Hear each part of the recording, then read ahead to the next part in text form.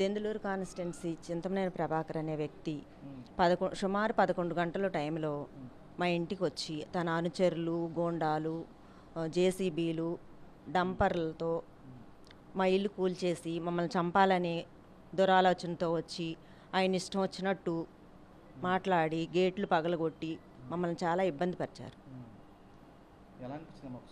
చాలా భయంకరంగా అనిపించింది. నిజాయితీగా ఉండే వాళ్ళని బతకనెవరు అనిపించింది. ఆయన అనుచరులు, గోండాలు చాలామంది డంపర్లతో మా ఇల్లు కూల్చి మమ్మల్ని చంపాలని, నన్ను, నా భర్తని, నా కొడుకుని కూడా చంపేస్తాను, ఈరోజు అంతమొందిస్తానని మాట్లాడారు. సుమారు 11 నుంచి 3 గంటల వరకు తర్జన భర్జన జరిగింది. అంత అరాచకం చేస్తే ఆయన్ని మర్యాదగా ఇంటికి పంపించి నా భర్తని, నా కొడుకుని పోలీస్ స్టేషన్లో కూర్చోబెట్టారు. వాళ్ళు ఏం చేస్తారో అనే భయంగా ఉంది నాకు. ఉంది ఏంటి అంటే మా కాన్స్టిట్యున్సీలో తను చేసే అరాచకాలను బయట పెడుతున్నారనే దుర్బుద్ధితో అట్లా చేస్తున్నాడు ఆయన.